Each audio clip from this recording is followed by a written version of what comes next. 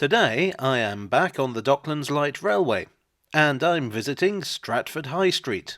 Now there are three Stratfords on the DLR. There's the huge interchange at Stratford proper, there's the failed international station, and there's Stratford High Street, which is just a station really.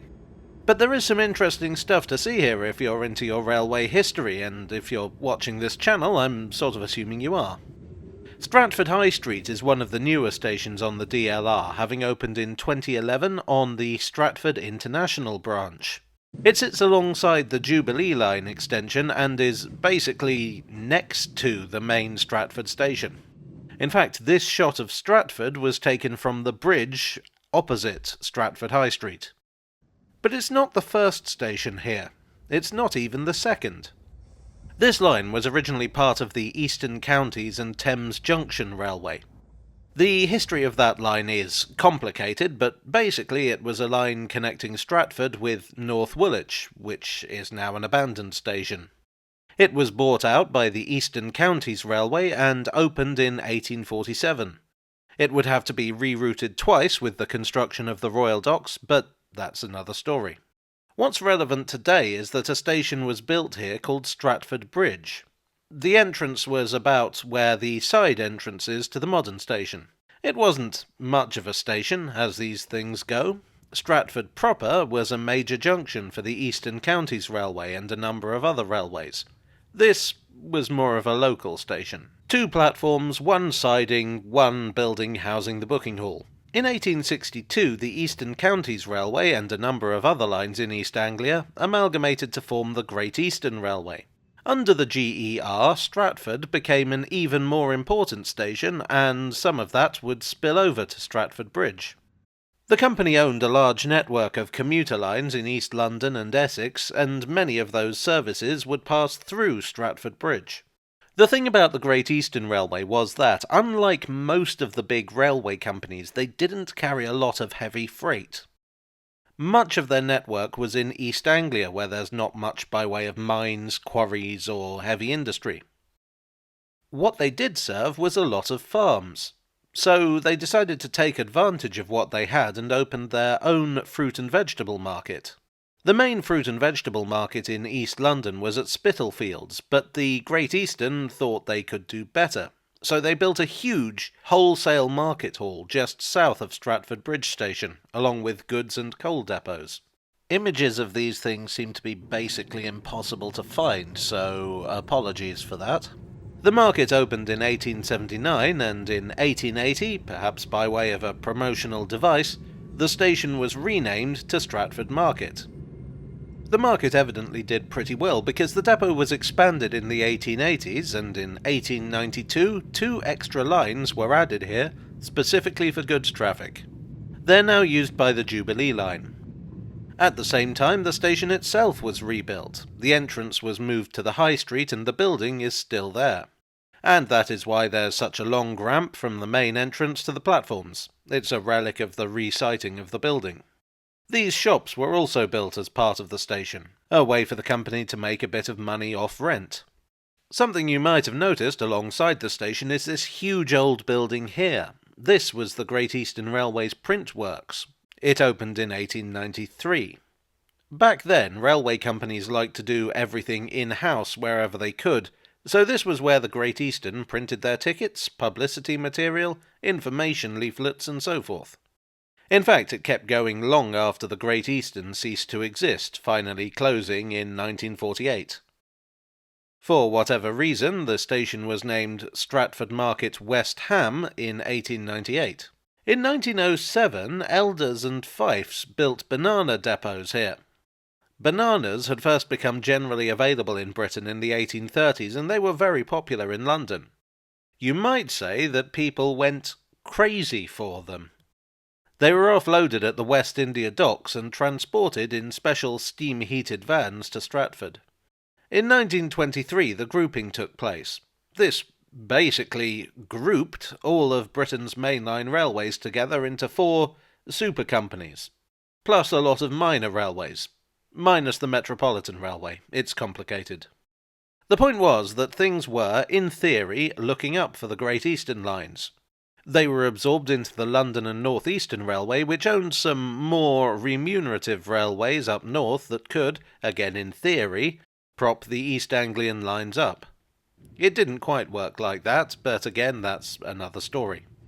The point is that in 1923, Stratford Market West Ham came under the control of the London and North Eastern Railway, who renamed it back to Stratford Market that year. But the 20th century was not a great time to be a commuter railway in East London. The growing tram and bus networks took a lot of passengers from the railways. In 1948, the railways of Britain were nationalised. Under British Railways, the new boss, there was a lot of talk of modernisation and rationalisation.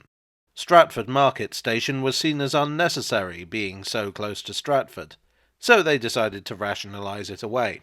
And so it closed in 1957. The line through the station continued on as part of British Rail's North London line until 2006. From the 1960s onwards, more bad news. The docks began to be run down with the advent of container traffic and the shifting of shipping downriver to Tilbury.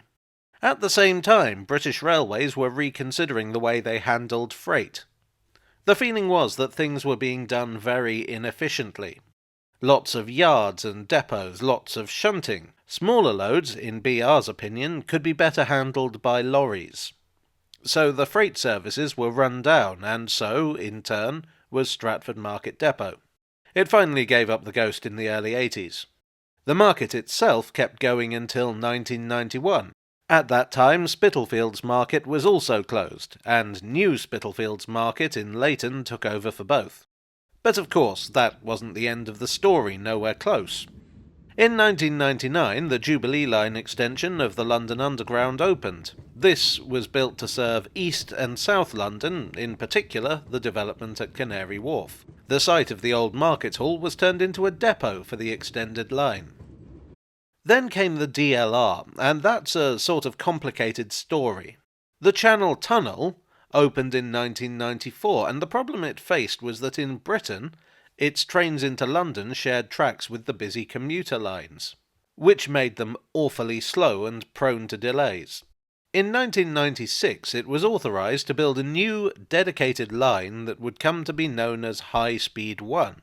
This would pass through East London and terminate at St Pancras, and in fact one early idea was to use the North London line to get there, which would have meant Eurostars through Stratford Market. But that was abandoned in favour of a new railway. Stratford International was a later addition to the plan, with construction only beginning in 2001, and opening a whopping 8 years later. The aim was to help regenerate the local area, and to provide a stop for Eurostar trains that would enable them to travel on without having to go into St Pancras. Those trains never materialised, and it's too close to St Pancras for those Eurostar trains to stop, so this international station is not actually international. Anyway, the announcement of the new station led to a need for a connection to the rest of London's transport network.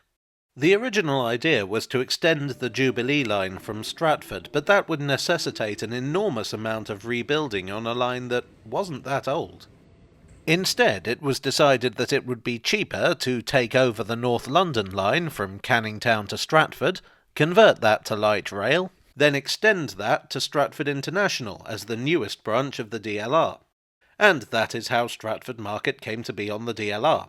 Or rather, how Stratford High Street came to be on the DLR.